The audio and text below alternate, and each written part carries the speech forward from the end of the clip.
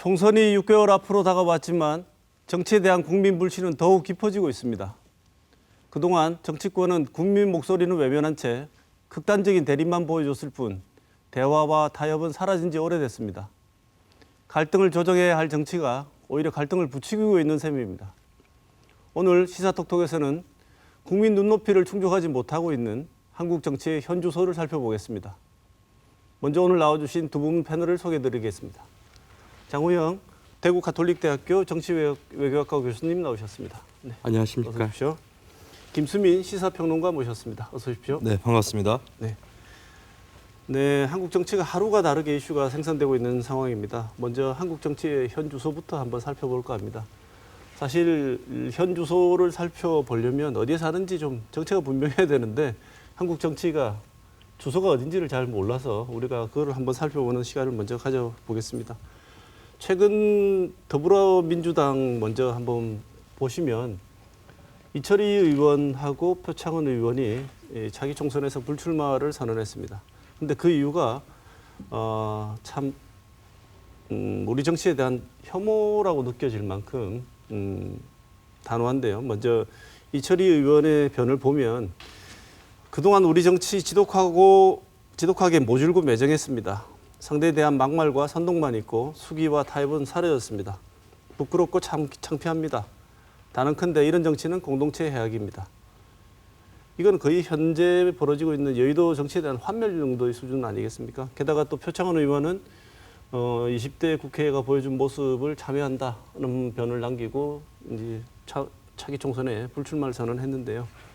이 두 사람의 이 변에 대해서 어떻게 생각하시는지 김수민 평론가 먼저 말씀 좀 주실까요? 네, 상대에 대한 막말과 선동만 있다. 이런 부분은 참 아픈 부분이고 이들이 특히 초선 의원으로서 어떤 고충을 겪었을지 그런 것도 선이 그려지고요. 그런 의미에서는 한편으로 공감이 됐는데 하지만 좀 공감이 되지 않는 부분은 이를테면 20대 국회는 사상 최악의 국회다라고 단언했는데 과연 최악의 국회였는지 이걸 좀 돌아볼 필요가 있습니다. 국민들의 70~80%가 찬성했던 박근혜 전 대통령 파면 이것에 대해서 국회가 통과를 시키기도 했었고요. 그리고 다당제 체제 하에서 나름대로 여러 가지 당들끼리의 연합을 통해서 패스트트랙 가동이라든지 이런 부분들을 또 보여줬습니다.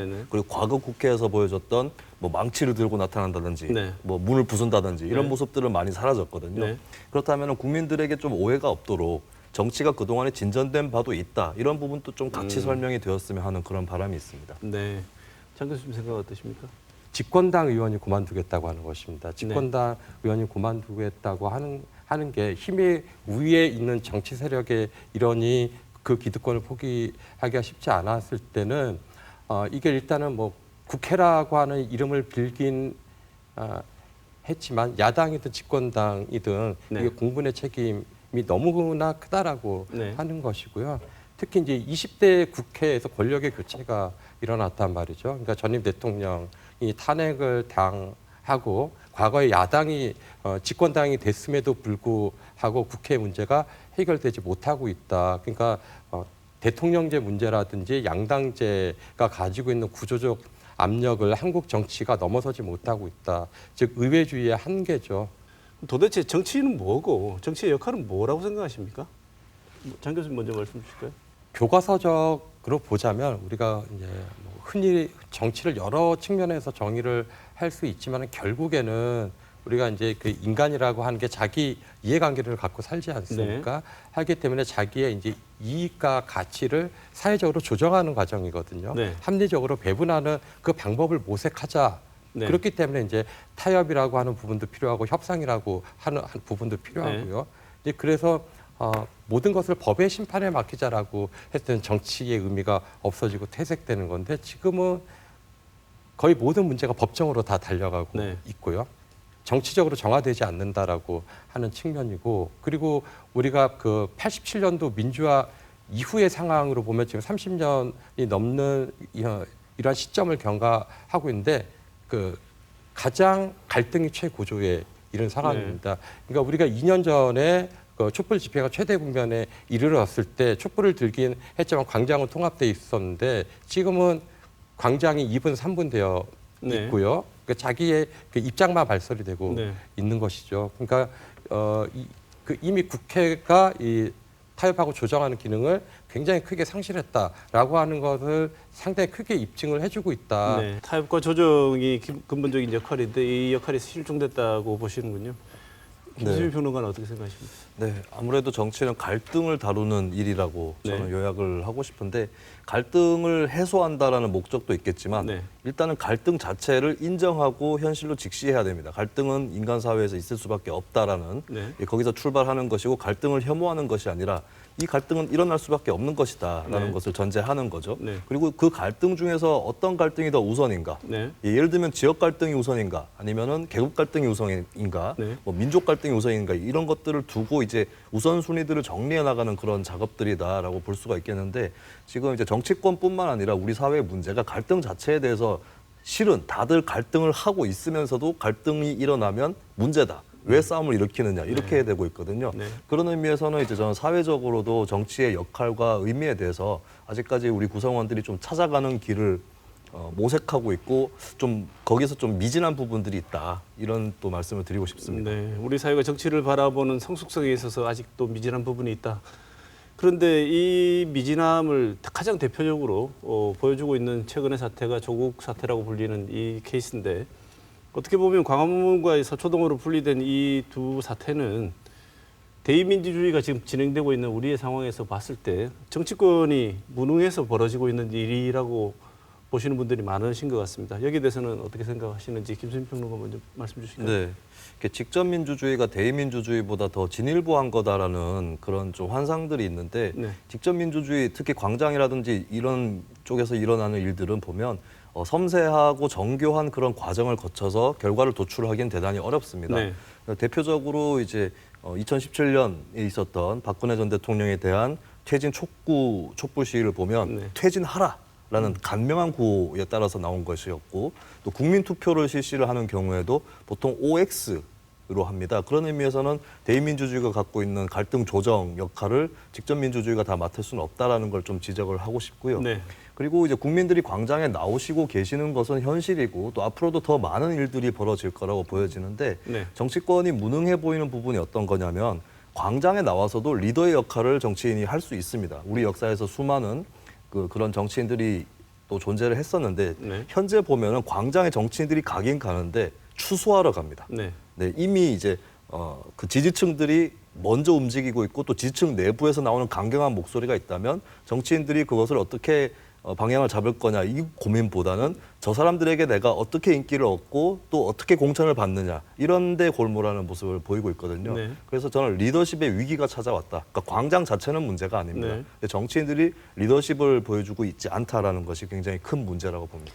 광장에 나와 있는 시민들이 정치인들이 와가지고 모종의 리더십을 발휘하는 현상을 보이려고 하면 오히려 그걸 역으로 해석해가지고 시민들이 자발적으로 나와 있는 이런 정치적인 어떤 의사표출 행위를 정치적으로 주워 먹으려고 하는 걸로 보고 오히려 그 리더십에 나서는 걸 거부하는 움직임도 있지 않습니까? 네, 그러니까 광장에 나와서 추수하려고 하는 그 모습이 왜 문제가 되냐면 평상시에 리더십이 구축이 돼 있지 않기 때문에 설득력을 못 얻는다는 예, 그렇습니다. 거죠. 그리고 네. 이제 정치인은 창조적으로 광장과 의회를 연결하고 오가는 역할들을 해줘야 되는데 추수를 국회에서 하지 않고 광장에서 하려고 하는 그 네. 모습이 또 시민들 입장에서는 거슬리는 거죠. 네. 예를 들어 촛불 시위 같은 경우가 2002년도에서 네. 2017년도까지 대략 이제 좀 비교적 성공적인 촛불 집회가 이렇게 쭉 이어져 왔어요. 그런데 그 촛불 집회라고 하는 하나의 레퍼토리가 왜 지속 가능할 수 있었을까? 이제 이런 부분들이 시민들의 자율성이거든요. 네. 그러니까 기성 정치 세력이 시민들이 호명을 하지 않았는데 와서 참가를 한다는 것에 대해서는 상당한 거부감, 그리고 그 시민의 운동이 정파적인 운동으로 오해될 수 있다라고 하는 부분들을 계속해서 끊어냈기 때문에 네. 이제 가능한 것이고, 그러니까 지금은 그 촛불 집회가 많이 의미가 퇴색된 상황이죠. 정파 운동으로서의 촛불 집회이기 때문에 저는 이 부분들을 지금 직접 민주주의 이로 이렇게 둔갑시키는 건 이거는 과도하겠습니다. 과잉된 레토릭이다. 지금 문제의 본질은 왜 지금 이렇게 갈등 상황이 벌어졌느냐라고 하는 거에 대한 일차적인 책임은 정부 실패에 있어요. 네. 그러니까 정부가 지금 이제 반듯하지 못한 그 이제 뭡니까 장관 후보 이렇게 네. 국민들한테 제시를 한 거고 거기에 대해서 국민 다수가 야당을 비롯해서 반대 의견을 표출을 했던 거고 그리고 과거의 그 상식이나 형평을 맞춰봐도 과거의 저 정도 사례면은 전부 다 물렸거든요. 네. 근데 이번에는 그렇지 않죠. 네. 그리고 지금 정부가 집권했던 도덕적인 기반이 정의로운 나라를 세우겠다라고 하는 것인데 실제로 집권했더니 전혀 상상하지 못한 일이 네. 일어난 거죠. 네. 그래서 진짜 우리가 여러 가지 문제점들이 지금 전국에서 원인으로 제기될 수는 있으나 1차적으로 이 인사파동과 같은 정부 실패를 회피할 수는 없다. 이건 인정하고 그 다음 이야기를 진행하는 것이 온당하지 네. 않느냐. 다음 얘기 생각합니다. 진행되려면 먼저 시작 지점이 어딘가는 짚어보고 그 지점에서 실수가 있었다면 분명히 짚고 넘어갈 건 짚고 넘어가자. 그렇게 해야지 이 문제가 풀린다고 생각하거든요. 근데 지금 보면 그런 게 이제 짚고 넘어가고 서로 풀려고 하면 만나서 얘기도 하고 토론도 하고 해야 되는데 우리 정치가 언제 뭐 김수민 평론가 방금 말씀하셨지만 여의도에서 그래 본 적은 별로 없다고 말씀을 하셨는데 지금 상황은 유독 뭐 덮어놓고 사실은 듣지도 않고 진영 논리가 굉장히 강하지 않습니까? 너는 어느 편이냐고 먼저 묻고 그 편에서 나온 얘기가 아니면 그다음 얘기는 진행이 안 되는 상황인데 지금 어떻게 보면 이 극단의 정치, 진영 논리로 매몰돼 있는 이 현재 상황에 대해서 어떻게 생각하시는지요? 기본적으로 정치 행위 자체가 진영 논리인 그렇죠. 거고 네. 왜 그런가 하면 자기 캠프를 가져야지 또 되는 거고 특히 그리고 한국 사회는 양당제이기 때문에 지금 보면 한국당도 그렇고 민주당도 그렇고 자기 진영을 중심으로 네. 한 레토릭을 계속 전개를 네. 시키잖아요. 왜 그런가 하면 집토끼가 없는 마당에서 바깥의 토끼들 불러 모아서 또 할 수 없는 네. 노릇이라. 근데 다만 이것들이 지금 임계점을 돌파했다는 게 문제점인 네. 거예요. 그리고 특히 지금 한국 사회에서 큰 문제가 하나가 시민 사회의 갈등 자체는 그렇게 크지 않은데 이 정치 엘리트들이 동원하는 갈등이 굉장히 크다라고 네. 하는 겁니다. 지금 뭐 특정인을 좀 거명해서 그런데 요번에 이제 수사 과정이나 이렇게 보면 유시민 씨가 상당히 개입을 많이 네. 해요. 전직 장관이기도 네네. 하고 그리고 현실적으로 굉장히 이제 영향력 있는 분인데 뭐 KBS에다가도 사과하고 JTBC에다가도 사과하고 그랬는데 좀 이런 분들이 좀 뭡니까 너무 지지층을 자극하는 네. 진영 논리 이런 것들을 좀 전개하지 않으면 영향력이 굉장히 클수록 이런 부분 굉장히 크거든요. 네. 그래서 좀 이런 부분들은 자중을 해야 되지 않을까. 정치는 진영의 논리가 근본적인 논리란 건 맞는데 그렇죠. 말씀하신 대로 임계점을 돌파해서 진영밖에 없는 논리가 이제 문제가 되는 그렇죠. 거죠. 그래서 이런 과도한 진영 싸움이 아니라 어떻게 보면 토론과 이 대화가 필요하다고 촉구해야 될 거라고 예상하고 있었던 굉장히 명망 있는 지식인층이 최근 전국에서는 오히려 이 진영 논리를 강화하는 데 일조했다고 지금 보시는 것 같아요. 김수민 평론가는 이 점에는 네. 동의하십니까?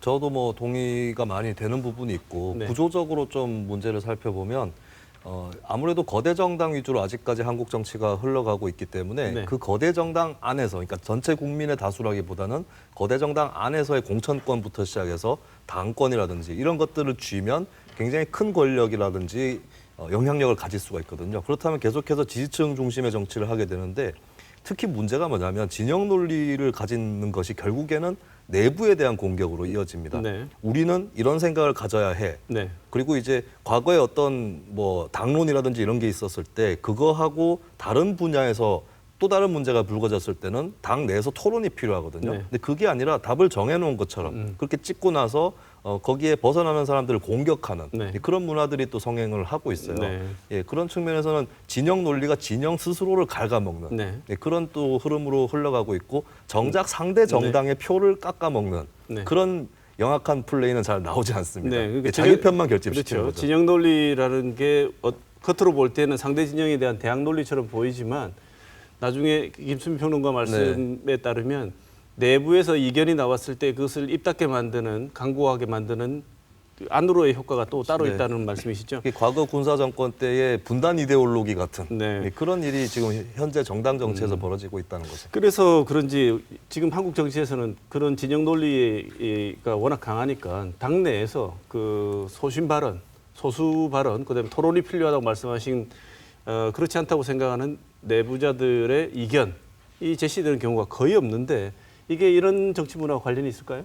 그러니까 제가 자꾸 이 구조의 문제를 말씀드리는 게, 그러니까 구조 탓만 할 수 없지만 1차적인 원인은 구조에 있는 게, 저희는 지금 내각제로 운영하고 있지 않기 때문에 네. 한 정당이 정치를 독점해야 되거든요. 네. 그리고 대통령도 가져가야 되고 집권당도 돼야 되고, 이런 논리가 작동되기 때문에 굉장히 강한 정당 기율을 요구하고 있어요. 그러니까 소위 당론에 위배되면 지지층으로부터도 아웃되는 게 지금 현실이거든요. 네. 하니까 지금 뭐 최근 사태에서도 집권당 내부에서 쓴소리 나오면 바로 지지층의 반격이 나오고 공천에서 탈락시켜야 된다, 이렇게 되니까 이게 지금 대통령제와 강한 야당제의 맞물림 속에서 뭐 어느 정당이 집권을 하더라도 반복될 수밖에 없는 이런 현상이어서, 일단은 이런 문제에서 이제 1차적으로 우리가 개선을 해야 될 문제는 정치 문화적으로 일단은 그 당론 투표 문화를 상당히 불식시켜야 된다. 왜 그런가 하면 이것이 바로 의회주의의 또 하나의 전통이고, 내가 국회의원이 될 때는 대통령직을 잘 보필해라라고 집권당을 뽑아주기보다는 상권 분립 체제에서 국회의원으로서 독립적인 헌법기관으로서 정부를 견제해라라고 하는 이 심부름, 이게 1차 소명이거든요. 네. 근데 1차 소명은 이제 집권당 국회의원이 되면 관심이 꺼지고, 그리고 이제 그죠? 그러니까 네. 정당의 그러니까 멤버십만 발동하는 이러한 구조가 계속 작동되고 있는데, 네. 결국에 의회주의를 강화하지 않고는 그냥 뭐 앞으로 이렇게 하지 맙시다, 이런 캠페인으로는 깨지지 않는다. 이건 70년 넘게 고착되어 온 문화고, 앞으로도 이 동일한 구조에서는 바뀌지 않는다라고 네. 하는 겁니다. 지금 대화와 타협이 실종되고 있는 한국 정치의 현실이 정치 구조적인 문제라고 지적을 해주셨는데, 김수민 평론가 동의하십니까? 네, 여긴 저는 근데 제도의 문제하고 문화의 문제가 같이 있다고 봅니다. 제도의 문제는 사실 한국의 정치 제도, 특히 선거 제도를 보면은 이제 양당 체제를 좀 강요하는 그런 측면이 있고, 양당 체제는 사실 이분법적인 정치를 강화시킬 수 있고, 네. 또 이제 거대 정당인 대신에 정당 내부에 굉장히 갈등이 커지는 그런 소모적인 측면이 있는 거거든요. 이 부분을 아직 개선시키지 못한 것이 있고, 그리고 사회적 문화적으로는 우리가 아직까지 정치하면 일단 싸우는 걸로 보고, 이제 갈등이라든지 이런 것들을 잘 조정한 정치인을 기억하기보다는 앞장서서 굉장히 이제 선동했던 네. 정치인을 더 많이 기억을 하는 그런 문화들도 좀 문제가 있지 않나. 그래서 야당 입장에서도 우리가 정부하고 이 협치를 좀 해야겠다. 네. 그게 바람직하다 생각을 하더라도 이게 국민들이 봤을 때는 정부 이중된가? 이렇게 찍히는 것이 더 두려운 부분이 있는 거죠. 네. 그래서 서구에서 보여지는 연립 정치라든지 이런 것들이 굉장히 불가능한 측면이 문화적으로도 있다. 네. 그렇게 보여집니다. 제가 지금 하시는 말씀들 들어보면 장 교수님은 정치 구조적인 문제가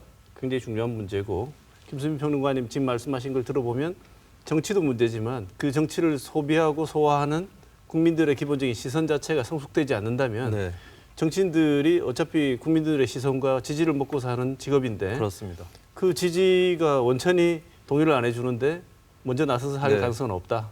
예, 저도 과거에 사실 뭐 작은 공직이지만 정치를 했었는데요. 네. 그때는 이렇게 얘기를 안 했습니다. 정치인들이 다 잘못했다고 네. 얘기를 했는데, 제가 네. 평론가다 보니까 네. 국민들도 이제는 좀 책임을 져야 된다. 네. 이 얘기를 좀 더 편하게 할 수 있는 것 같습니다. 두 지점 다 굉장히 중요한 지적이라고 저도 생각합니다.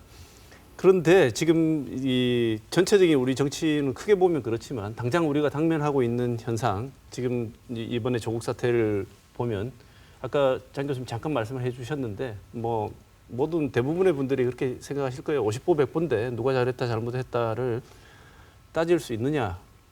그래도 한번 따져보면 지금 대화와 타협이 실종되고 있는 이 상황의 근본적인 원인 혹은 책임은 여당과 야당 어느 쪽에 더 비중이 주어져야 된다고 생각하시는지. 저는 뭐 모두에게 원인이 있죠. 아마 국민에게도 원인이 있고 할 텐데, 저는 이제 1차적으로 짚어야 될 건 짚어야 된다. 1차적으로는 집권당의 책임이 있는 겁니다. 네. 정부와 집권당의 책임이 있는 것이고, 이 부분을 인정해야지 책임 정치가 네. 될 수가 네. 있고요. 또 촛불 집회 이후의 담론을 보더라도 이제 선적폐 청산 후 국민 통합이라고 하는 전략을 집권당에서 가지고 나왔어요. 네. 그 전략의 실패인 거죠. 선적폐 청산에 어느 정도 성공을 했는데 이건 어디까지나 외적폐. 집권당 입장에서는 진영의 바깥에 대한 외적폐 청산에는 성공했지만 내적폐에는 눈을 감았단 말이죠. 네. 상대방에게는 시카를 휘두르고 내 속에는 과도를 휘두르면 이거 여기에 대해서 지금 반기를 들지 않을 수가 네. 없다라고 하는 것들이고요. 이러다 보니까 국민 통합으로 진전해 돼야 되는데 레토릭상으로는 진전되나 실질적으로는 안 되는 네. 거죠. 저는 사실 이제 현재의 이 정치의 실종이라고 할 수 있는 책임은 네. 저는 이렇게 표현하고 싶어요. 어느 쪽이 더 크냐고 한다면 여당과 야당을 다 해본 정당들이 네. 책임이 크다고 봅니다. 네. 네, 사실 우리가 야구를 하다가 고의로 빈볼을 던지고 막 맞고 벤치 클리어링하고 이런 과정을 거치면 내가 투수면 저렇게 안 해야지라고 생각해야 되는데 네. 자기가 투수가 되면 또 빈볼을 던져요. 그게 이제 저는 여당과 야당을 다 겪어본 정당들의 책임이 우선 크다. 두 당 다 야당 다 해보지 그렇습니다. 않았습니까? 예, 그래서 어떻게 보면 두 당 다 책임이 있는 건데 이제 교수님께서는 여당 책임을 좀 얘기를 하셨기 때문에 제가 야당 책임을 좀 얘기를 한다면 지금 야당이 이제 예전에 박근혜 전 대통령 탄핵으로 정권을 잃은 당이다 보니까 네. 원한이 너무 강해요. 네. 그러다 보니까 이제 너희도 한번 당해봐라.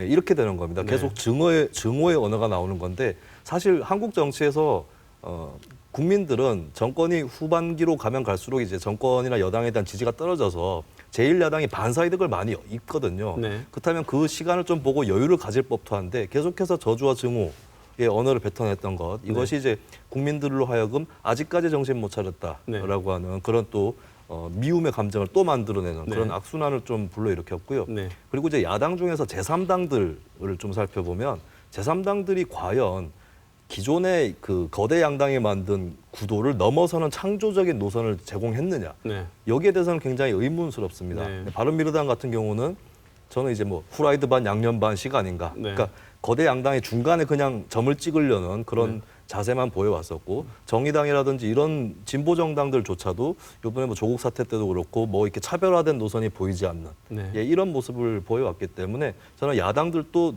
여당이 권력이 있다고 해서 여당 탓만 할 일은 아니다. 네. 예, 스스로를 먼저 탓해야 여당에 대한 뭐 공격이 됐든 뭐 견인이 됐든 네. 힘이 실릴 거라고 봅니다. 장 교수님 말씀 중에도 물론 이제 여당이 일차적인 잘못이 있다고 지적하는 것이지 뭐 야당이 잘했다는 말씀은 절대 아니시잖아요. 그렇죠. 국정감사하는 그림 화면을 네. 보면 저희들이 참 할 말을 이렇게 만드는 경우가 좀 있지 않습니까? 네. 막무가내로 소리 지르고 또 어떤 경우에는 반말에다가 뭐 이걸 보면 인적 쇄신하자는 얘기가 이번만이 아니고 계속 나오는데 네. 인적 쇄신이 정말 왜 안 될까요?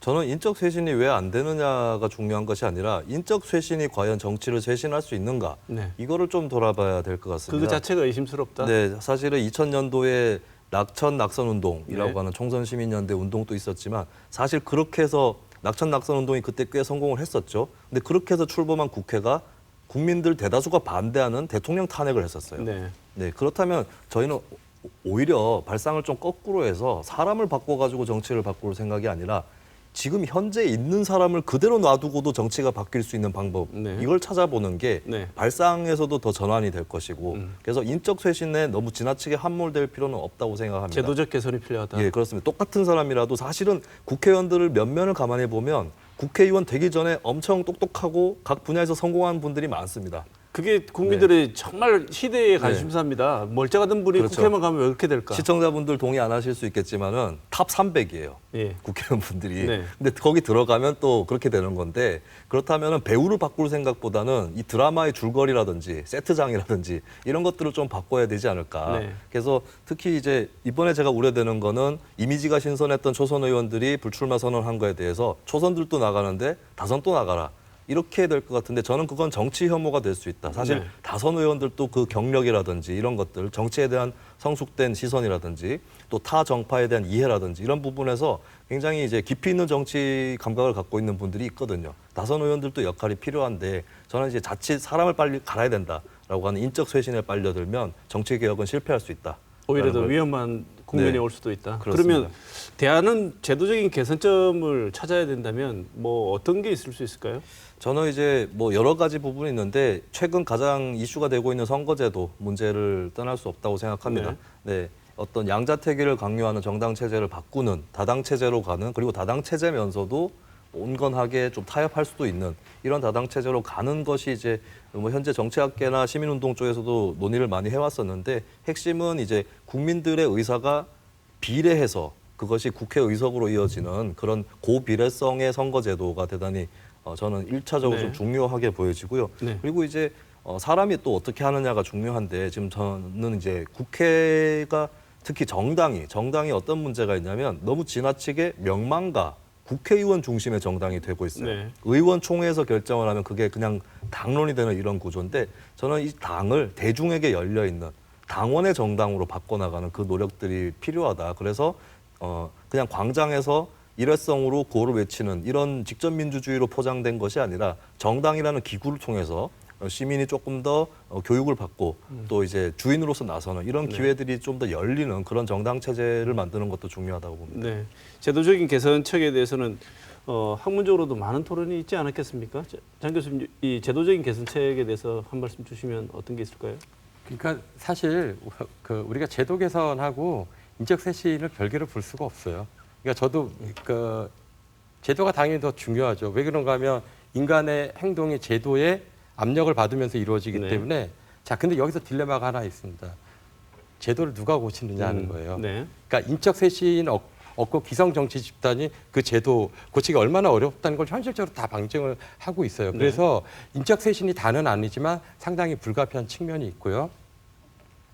인적 쇄신의 물론 한계도 분명히 있습니다. 왜 그런가 하면 우리나라는 전 세계에서 이게 현역 의원들에 대한 공천 탈락률이 가장 높은 국가 중에 하나예요. 네. 그러니까 예를 들어서 미국 국회 같은 경우는 현직 의원의 90% 이상이 재공천을 받습니다. 네. 우리는 탈락률이 똑같지는 않지만 한 40에서 60% 정도 돼요. 네. 그러니까 현역 의원들은 굉장히 겁이 나죠. 그러니까 적어도 50% 이상 바뀐다라고 네. 하는 거고, 이러한 전통이 그나마 대한민국 국회에 존재해 왔기 때문에 네. 이분들이 그걸 의식하면서 행동을 하고 정치를 해왔음에도 불구하고 이러한 결과를 계속 빚어내거든요. 네. 그래서 모든 것들이 이제 한계는 있지만 그나마 이 인적 쇄신의 전통이라도 계속 있었기 때문에 한국 정치를 이제 좀 유지하고 지탱하는데 한 몫을 한 건 사실이다. 네. 이런 건 좀 인정할 수가 있겠고요. 제도 바꾸는 사람들이 당사자가 돼가지고 선수를 먼저 교체하고 제도를 바꿔야 되는 순서, 현실적인 순서가 존재한다고 말씀하셨고, 또 지금 제도를 개선하는 그 과정도 물론 중요하지만 인적 쇄신이 따라오지 않으면 그 시작이 안 되니까 그렇다는 측면도 말씀해 주셨습니다. 끝으로 당면하고 있는 정치 문제 하나만 간단히 짚고 마치도록 하겠습니다. 조국 사태가 끝나고 난 뒤에 지금 최대 정점 공수처 설치, 선거법 개정안이 지금 패스트트랙에 태워져서 언제 하느냐, 뭐 할 수 있다, 절대로 못하게 하겠다는 극한 대립, 또 어쩌면 또 한 번의 극한 대립이 벌어질 것처럼 보입니다. 대화와 타협으로 이루어질 것 같이는 지금 상황으로서는 저는 않아 보이는데, 두 분 생각은 어떠신지 전망을 짧게 듣고 마치도록 하겠습니다. 김수민 평론가 네. 먼저 주시겠습니다. 이번 20대 국회가 지난 19대나 18대 국회와 다른 점은 한 개 정당이 과반 의석을 갖지 않고 있다는 겁니다. 네. 그런 의미에서 이제 사실 얼핏 보면 공수처법이나 선거법 별로 관련이 없는 사안처럼 보이는데, 어떻게 보면 이제 과반 의석을 갖고 있지 못한 정당끼리 좀 협상을 해가지고 네가 하고 싶은 거 내놔라, 내가 하고 싶은 거 내놓을게 해서 같이 패스트트랙에 올린 거거든요.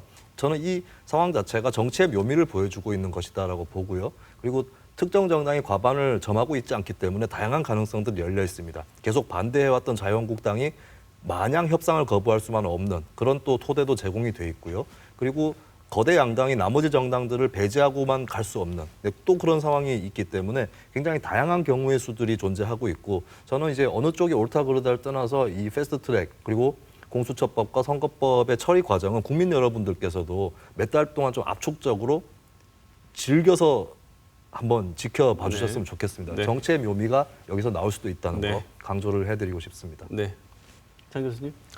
예, 공수처법 처리에 대해서는 기대했던 바가 컸는데 지금 일이 많이 꼬여버렸습니다. 네. 지금 뭔가 하면 그 앞에 조국 사태를 겪으면서 그러니까 이전엔 그런 구도였거든요.